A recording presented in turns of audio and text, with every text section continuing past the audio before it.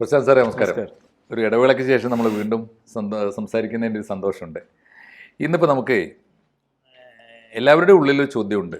പ്രത്യേകിച്ച് ഈ രാഹുൽ മാങ്കൂട്ടത്തിൻ്റെ വിവാദം കൂടി വന്നതോടെ അതുവരെ യു ഡി എഫിനൊരു നേരിയ മുൻതൂക്കം കേരളത്തിലുണ്ടായിരുന്നു. അടുത്ത ഈ കനത്ത ഭരണവിരുദ്ധ തരംഗമുണ്ട്. യു ഡി എഫ് ഏറെക്കുറെ ഇമേജ് മെച്ചപ്പെടുത്തി നിലമ്പൂർ ഇലക്ഷനൊക്കെ ശേഷം വന്നൊരു സമയമുണ്ട്. അത് വലിയ തോതിൽ തകർന്നിരിക്കുന്നു എന്നൊരു ചിത്രം പൊതുവെ കേരളത്തെ നിരാശപ്പെടുത്തുന്നുണ്ട്. വീണ്ടും പിണറായി വിജയൻ തന്നെ മൂന്നാമതും വന്നേക്കുമോ എന്നൊരു ആശങ്കയും ജനങ്ങളുടെ മുമ്പിലുണ്ട്. എങ്ങനെയാണ് അങ്ങ് ഒരു പ്രാഥമികമായി ഇപ്പോൾ നമുക്ക് തീർച്ചയായിട്ടും നമുക്ക് സമയമായിട്ടില്ല എന്ന് പറയാം, എന്നാലും പ്രാഥമികമായൊരു വിലയിരുത്തൽ എങ്ങനെയാണ്?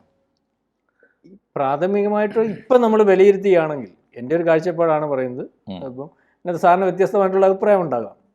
വീണ്ടും പിണറായി വിജയൻ അധികാരത്തിൽ വരാനുള്ള സാധ്യതയാണ് ഞാൻ കാണുന്നത്.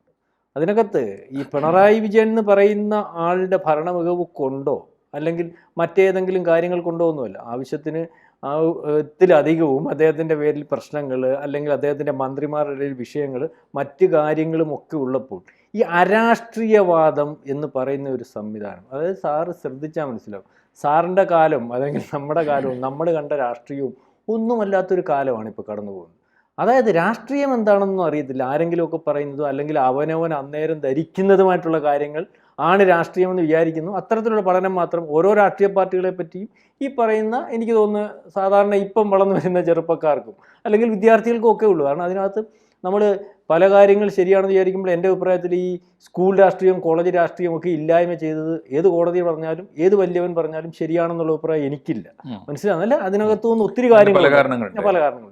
അപ്പം അങ്ങനെ വരുമ്പോൾ ഇപ്പോഴത്തെ ഒരു അരാഷ്ട്രീയവാദം, ആ രാഷ്ട്രീയവാദത്തിനകത്ത് നമ്മൾ ആഴത്തിൽ നോക്കുമ്പോൾ വീണ്ടും സാധ്യത പിണറായി വിജയൻ വരാനാണ്. കാരണം എന്തെന്നറിയാം, ജനപ്രതിനിധികളെ തീരുമാനിക്കുന്നത് ആ രാഷ്ട്രീയ പാർട്ടിയുടെ മൂല്യത്തിനപ്പുറം ആ ജനപ്രതിനിധി കല്യാണത്തിന് പോകുന്നോ അല്ലെങ്കിൽ പൊലവിളിക്ക് ചെല്ലുന്നോ അല്ലെങ്കിൽ മറ്റു പല കാര്യത്തിനും ജനപ്രതിനിധിക്ക് ജനങ്ങളുമായിട്ടുള്ള ബന്ധം. അതായത് സാറിനെ കാണുമ്പോൾ എന്തുകൊണ്ട് അഹമ്മദ് മാഷെ അല്ലെങ്കിൽ നമ്മുടെ കാര്യത്തിനൊക്കെ വരിക, അയാളുടെ ഐഡിയോളജി ശരിയാണോ, അത് കണ്ടാണോ പണ്ട് അത് കണ്ടാണോ വോട്ട് ചെയ്തിരുന്നത്?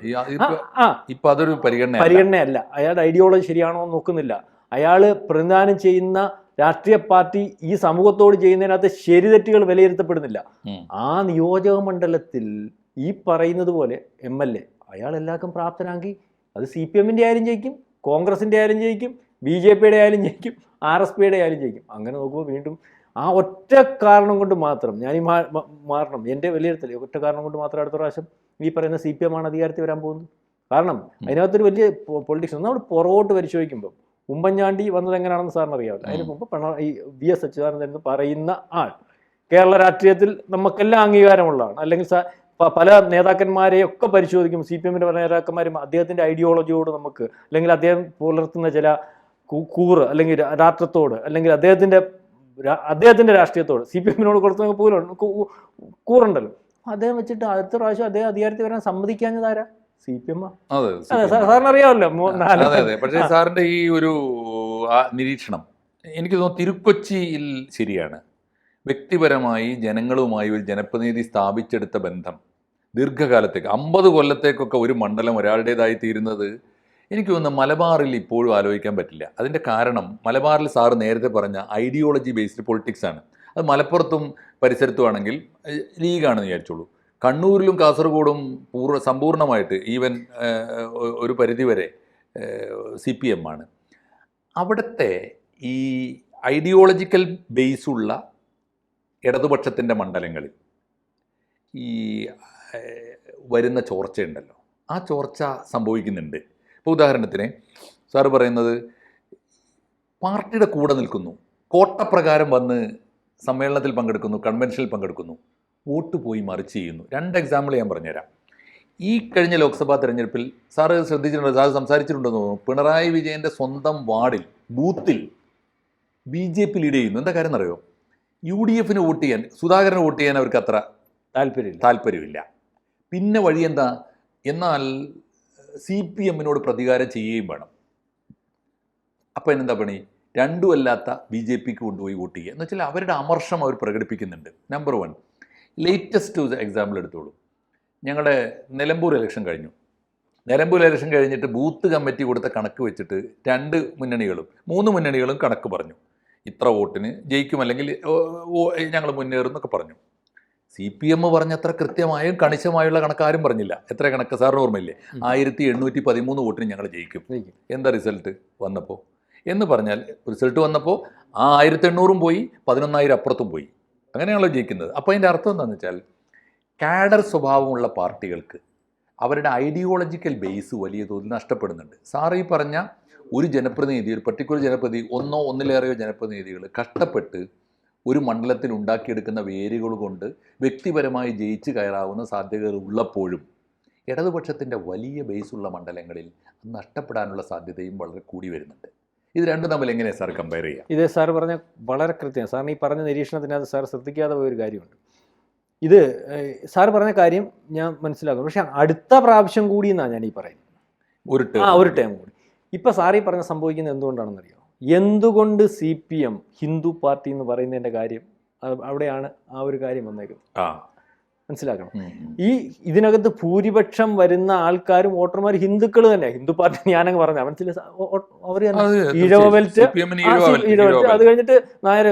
അപ്പം അതിനകത്തുള്ള അതൃപ്തി, സാർ പറഞ്ഞ പോലെ കോൺഗ്രസിന് ചെയ്യാൻ പറ്റാതെ വന്നാൽ ചെയ്യാൻ പോകുന്ന പാർട്ടി BJP ആണെന്ന സാർ ഇപ്പോൾ ചൂണ്ടിക്കാണിച്ചത് മനസ്സിലാവുന്നുണ്ടോ? അപ്പം നാളെ കാലത്തെ ഇവിടെ ആര് നശിച്ചാലാ BJP വരാൻ പോകുന്നതെന്നുള്ള കാര്യം മനസ്സിലായല്ലോ. കേരളത്തിൽ മാത്രം തീർച്ചയായിട്ടും ഒരു പക്ഷേ ആരെ ജയിപ്പിക്കാൻ BJP സഹായിച്ചൂടാ എന്നുമില്ല. അതെ അതെ അതെ, ആ ചോദ്യം കൂടി വളരെ പ്രധാനമാണ്. അപ്പോൾ ഇതിൽ പക്ഷേ ഇപ്പോൾ സാർ ഈ പറയുന്ന കണക്കിലല്ല, പക്ഷേ LDF താത്വികമായി തന്നെ വീണ്ടും അധികാരത്തിൽ വരുമെന്ന് പറയുന്നതിൻ്റെ വസ്തുതാപരമായ അവരുടെ തന്നെ കമ്മിറ്റിയുടെ വിലയിരുത്തൽ ഞാൻ പറയാം. ശരിയാണോ തെറ്റാണോ സാറ് പറഞ്ഞാൽ മതി. ഒന്നാമത്തെ വിലയിരുത്തൽ, ഈ ആദ്യത്തെ 4 കൊല്ലം എത്ര തന്നെ ഭരണവിരുദ്ധ തരംഗമുണ്ടായാലും അവസാനത്തെ 1 വർഷത്തേക്ക് വേണ്ടി പ്രത്യേകം CPMൻ്റെ നയരൂപീകരണ സമിതി, അത് പാർട്ടിയൊന്നും അല്ല കേട്ടോ, കുറേ IASകാരും ഉപദേഷ്ടാക്കളൊക്കെ കൂടി ചേർന്നുള്ളൊരു കോർപ്പറേറ്റ് സമിതി കുറേ ജനപ്രിയ പരിപാടികൾക്ക് രൂപം നൽകുന്നുണ്ട്. അതിലൊന്നാണ് ഇപ്പോൾ ഇന്നലെ വന്ന കോൾ സെൻറ്റർ. ഇനി വരാൻ പോകുന്നേ ഉള്ളൂ സർ, 1 by 1 കണ്ടോളൂ. അപ്പോൾ അങ്ങനെ 10ഓളം പദ്ധതികളുണ്ട്. ഈ അവസാനത്തെ ജനപ്രിയ പരിപാടികൾ കൊണ്ട് നമ്മൾ കിറ്റ് കൊടുത്തിരുന്ന പോലെ വോട്ട് തിരിച്ചു പിടിക്കാം എന്നതാണ് ഒരു അജണ്ട. നഷ്ടപ്പെട്ട വോട്ടുകൾ തിരിച്ചു പിടിക്കാം, ഒന്ന്. രണ്ടാമത്തേത്, UDFൽ ഐക്യമില്ല. കോൺഗ്രസിൻ്റെ മുഖ്യമന്ത്രി സ്ഥാനാർത്ഥികൾ 4-5 പേരാണ്. ആ അന്തരീക്ഷം മാറി വരുന്നുണ്ടോ എന്ന് പരിശോധിക്കണം. 2. മൂന്നാമത്തെ ഏറ്റവും പ്രധാനപ്പെട്ട കാര്യം, കഴിഞ്ഞ ലോക്സഭാ തെരഞ്ഞെടുപ്പിൽ നിന്ന് ഇടതുപക്ഷം പഠിച്ച പാഠം, മുസ്ലിം പ്രീണനം എന്ന ഒരു ന്യൂനപക്ഷ പ്രീണനം എന്ന ഒരു ഇമേജ്, സാർ നേരത്തെ പറഞ്ഞ ന്യൂനപക്ഷങ്ങൾക്കിടയിൽ പ്രത്യേകിച്ച് ഈഴവ വോട്ട് ബാങ്കിൽ ഇടപെട്ടതുകൊണ്ട് ആണ്. അത് തിരിച്ചു പിടിക്കാനുള്ള ക്യാമ്പയിൻ ഈവൻ വെള്ളാപ്പള്ളി നടേശനെ മുന്നിൽ നിർത്തിക്കൊണ്ട് കഴിഞ്ഞ കുറച്ച് കാലമായി നടത്തിയിട്ടുണ്ട്. അത് ഗുണം ചെയ്യുമോ? മൂന്നാമത്തെ കാര്യം. 4, BJPയുമായി ഒരു നെക്സസ് ഉണ്ട് എന്ന് പറയപ്പെടുന്നു. എന്ന് പറഞ്ഞാൽ 11 സീറ്റുകൾ, ഞാൻ കേട്ടത് ഉള്ളൊരു ധാരണ മാധ്യമങ്ങളിലൊക്കെ വന്നത്, 11 സീറ്റുകളിൽ തൽക്കാലത്തേക്ക് BJPയെ ജയിപ്പിച്ചു കൊടുക്കുകയും പകരം 100 സീറ്റുകൾ LDFന് ജയിക്കാവുന്നൊരു സാഹചര്യം ഉണ്ടാക്കുന്നു, ഒരു ധാരണയിലെത്തിയിരിക്കുന്നു എന്ന് പറയുന്നുണ്ട്. അപ്പോൾ അതിന് പകരം കുറേ കാരണങ്ങളുണ്ടാവും. BJP നേതാക്കന്മാരുടെയും പിണറായി വിജയൻ്റെയും കുടുംബത്തിൻ്റെയൊക്കെ കേസുകൾ പരസ്പരം രക്ഷപ്പെടുന്നൊക്കെ ആയിട്ട് ബന്ധപ്പെട്ട കേസുകളുണ്ട്. SNC ലാവലിൻ 38 തവണ മാറ്റിവെച്ച ഇഷ്യൂ ഉണ്ട്. ഇതൊക്കെ ഉണ്ടെന്ന് വിചാരിക്കും. ഈ സംഭവങ്ങളൊക്കെ ഈ 4-5 പ്രധാനപ്പെട്ട കാരണങ്ങളാണ് ഇവരുടെ പ്രതീക്ഷ. ഇതിലേതെല്ലാം എഫക്റ്റീവ് ആവുമെന്ന് സാറൊന്ന് ആലോചിച്ച് നോക്കൂ. ഏതെല്ലാം എഫക്റ്റീവ് ആവും? ഒന്ന്, ഞാൻ അതിൻ്റെ മറുവശമാണ് കാണുന്നത്. അവസാനത്തേത് ആദ്യം പറയാം. BJPയും CPMും തമ്മിൽ ഒരു ധാരണയുണ്ട് എന്ന് പരന്നാൽ അതിൻ്റെ ഗുണം UDFന് കിട്ടും. 2, കോൺഗ്രസിൽ നമ്മൾ എന്തൊക്കെ പ്രതീക്ഷിച്ചിരുന്നതുപോലെ ഒരു വിയോജിപ്പ് ഇപ്പോൾ ഇല്ല. പുഷ്പം പോലെയാണ്. ഞാൻ VD സതീശനോട് കടുത്ത വിയോജിപ്പുകൾ നമ്മൾ പലപ്പോഴും പറഞ്ഞിട്ടുള്ളതാണ്. VD സതീശൻ മനോഹരമായിട്ടാണ് അത് കൈകാര്യം ചെയ്തത്. VD സതീശൻ ഇപ്പോൾ K സുധാകരനെ പുഷ്പം പോലെ എടുത്തു മാറ്റി. VD സതീശൻ വെള്ളാപ്പള്ളിയുമായുള്ള കേസ്, വെള്ളാപ്പള്ളിയെ നിഷ്പ്രഭനാക്കി ആ ഇഷ്യൂവിൽ.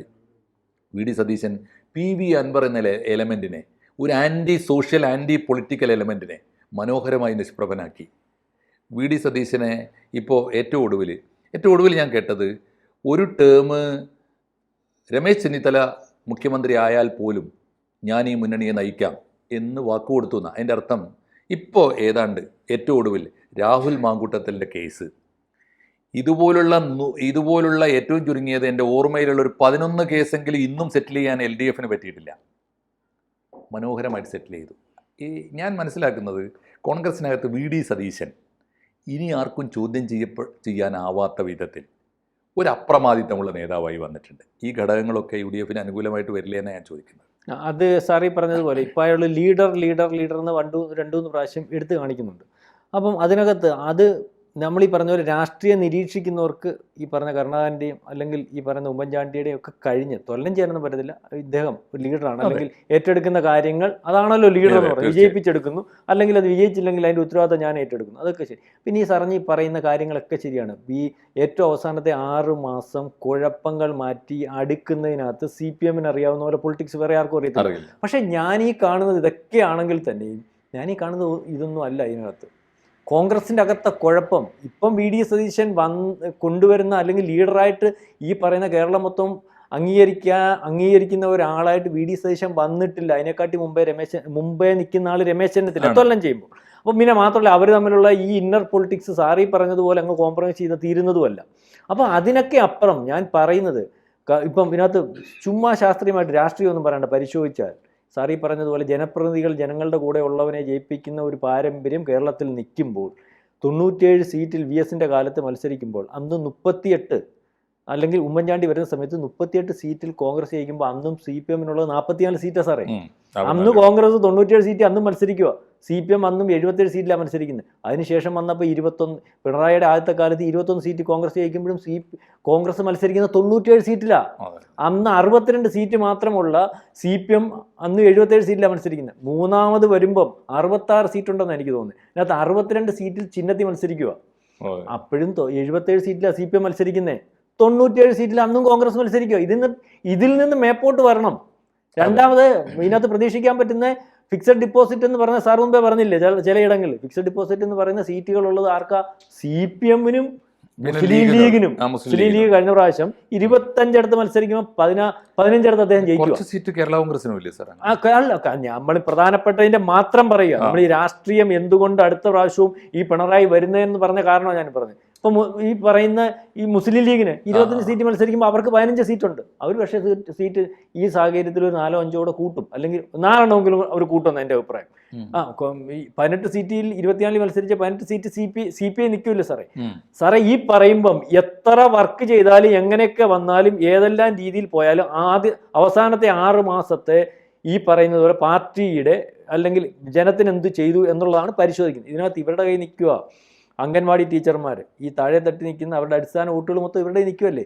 അതിനൊക്കെ വേണ്ട പ്രൊമോഷൻ ഇപ്പോൾ കൊടുത്തിട്ട് ഇലക്ഷൻ വരുമ്പോൾ സാറിന് അറിയാമല്ലോ, പിക്ചറങ്ങ് മാറും 1 മാസം കൊണ്ട്. പിന്നെ ഇലക്ഷൻ കേരളത്തിന്റെ അവസാനമായിട്ട് നമുക്ക് അങ്ങനെ അവസാനിപ്പിക്കും. കാരണം സാറ് പറഞ്ഞൊരു കാര്യം വളരെ ശരിയാണ്.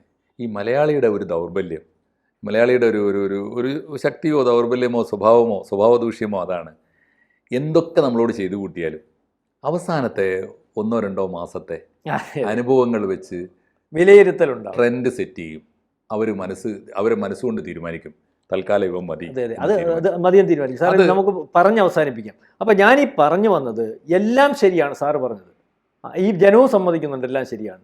പക്ഷേ തിരുവനന്തപുരത്ത് ചെന്നിട്ട് ശിവൻകുട്ടിയുടെ മണ്ഡലത്തിൽ ചെന്നിട്ട് പ്രശാന്തിൻ്റെ മണ്ഡലത്തിൽ ചെന്നിട്ട് പിണറായി വിജയൻ പിണറായി വിജയൻ മോശമാ അല്ലെങ്കിൽ CPM മോശമാ, CPMന് ഐഡിയോളജി ഉണ്ട് ഇല്ല, ഇവിടെ ആര് ജയിക്കണം? സാർ മുമ്പേ പറഞ്ഞ പോലെ ഉമ്മൻചാണ്ടിയുടെ കാര്യം പറഞ്ഞ പോലെ ഉമ്മൻചാണ്ടിയുടെ കാര്യം പറഞ്ഞ പോലെ ഇവിടെ ഞങ്ങൾക്ക് ശിവൻകുട്ടി ഉമ്മൻചാണ്ടിക്കെതിരായിട്ട് മത്സരിക്കുന്ന ഇടതുപക്ഷ സ്ഥാനാർത്ഥിക്ക് പ്രവർത്തിക്കാൻ വേണ്ടി പോയപ്പോൾ CPMന്റെ വലിയൊരു നേതാവിന്റെ വീട്ടിൽ നിന്ന് ഭക്ഷണം കഴിച്ചു. ഭക്ഷണം വിളമ്പി തന്ന അമ്മച്ചി ഞങ്ങളോട് സ്നേഹപൂർവ്വം പറഞ്ഞു, മക്കളെ ഭക്ഷണം എപ്പോൾ വേണമെങ്കിലും വരണം, പക്ഷെ വോട്ട് മാത്രം ചോദിക്കുന്നത്. കുഞ്ഞുഞ്ഞിനാണ് വോട്ട്. അപ്പൊ അങ്ങനെ നോക്കുമ്പം ഈ പറയുന്ന 98 സീറ്റിൽ ഇപ്പം ഒരെണ്ണം പോയല്ലോ, അല്ലെങ്കിൽ അൻവറിൻ്റെ പോലെ 98 സീറ്റ് നിൽക്കുന്ന പിണറായി വിജയൻ ഒരു 20 സീറ്റ് നഷ്ടപ്പെട്ടാലും അടുത്ത പ്രാവശ്യം വീണ്ടും മൂന്നാമതും അധികാരത്തിൽ വരാനുള്ള സാധ്യതയാണ് കൂടുതൽ. കാരണം 22 സീറ്റിൽ മത്സരിക്കുന്ന കോൺഗ്രസിന് അവരെ തോൽപ്പിക്കാൻ അധികായകന്മാരായിട്ടുള്ള പിണറായിക്ക് അല്ലെങ്കിൽ CPMന് പറ്റാതെ വരുന്നതിൻ്റെ കാര്യം രമേശ് ചെന്നിത്തലയെ തോൽപ്പിക്കാൻ പറ്റത്തില്ല, VD സതീശനെ തോൽപ്പിക്കാൻ പറ്റത്തില്ല, തിരുവഞ്ചൂരാഷിനെ തോൽപ്പിക്കാൻ പറ്റത്തില്ല, കരുനാഗപ്പള്ളിയിൽ നിന്ന് മഹേഷിനെ തോൽപ്പിക്കാൻ പറ്റത്തില്ല. അതുപോലെ തിരുവനന്തപുരം തൊട്ട് അങ്ങേയറ്റ കാസർഗോഡ് വരെയുള്ളിടത്ത് CPMന്റെ പല MLAമാരെയും തോൽപ്പിക്കാൻ പറ്റത്തില്ല. എല്ലാം ഞാനീ പറഞ്ഞത് എല്ലാം ശരിയാ, അവർ മോശമാണ്, പക്ഷേ ഈ MLA ഞങ്ങൾക്ക് മതിയെന്ന് തീരുമാനിച്ചാൽ അടുത്ത പ്രാവശ്യവും പിണറായി വരും. തീർച്ചയായിട്ടും. മൂന്നാമത് ഇപ്പോൾ മലയാള മാധ്യമ രംഗത്തെ ഒരു ആദ്യത്തെ പ്രവചനമായിട്ട് ഇലക്ഷൻ്റെ ഈ കൊട്ടും കുരവയും ഒക്കെ തുടങ്ങുന്നതിന് മുമ്പ് തന്നെ ചരിത്രമായിട്ട് കിടക്കട്ടെ, ഒരു രേഖയായിട്ട് കിടക്കട്ടെ, പ്രശാന്ത് പ്ലാന്തോട്ടത്തിന് ഇലക്ഷൻ വരെയും ഇലക്ഷൻ കഴിഞ്ഞ് നമ്മൾ വീണ്ടും കണ്ടുകൊണ്ടിരിക്കും. തീർച്ചയായിട്ടും സാറിൻ്റെ ഒരു പക്ഷേ മലയാള മാധ്യമങ്ങളിൽ ആദ്യമായിട്ട് വീണ്ടും പിണറായി തന്നെ. അതെ, അല്ല ഞാൻ എൻ്റെ ഒരു ഇത് സാറ് നിരീക്ഷണമാണ്. അത് ആ നിരീക്ഷണം അവിടെ കിടക്കട്ടെ. തീർച്ചയായിട്ടും രാഷ്ട്രീയ നിരീക്ഷണം എന്ന് പറഞ്ഞാൽ അതാണ്. എല്ലാം കഴിഞ്ഞിട്ട് പറയുന്നതല്ലല്ലോ നിരീക്ഷണം, കാലയെ കൂട്ടി പറയാൻ കഴിയുന്നതാണ് നിരീക്ഷണം. തീർച്ചയായിട്ടും ABC-യുടെ പ്രേക്ഷകർ ഇത് കാണട്ടെ, ABC-യുടെ റെക്കോർഡിൽ ഇത് കിടക്കട്ടെ. ബാക്കി നമുക്ക് ഇലക്ഷൻ കഴിഞ്ഞും ഇലക്ഷൻ വരെയും നമുക്ക് പറഞ്ഞുകൊണ്ടിരിക്കാം. നന്ദി. നമസ്കാരം. കൂടുതൽ വാർത്തകളും വിശേഷങ്ങളും നിങ്ങളിലേക്ക് എത്താൻ ABC മലയാളം സബ്സ്ക്രൈബ് ചെയ്യുക, ബെൽ ബട്ടണും അമർത്തുക.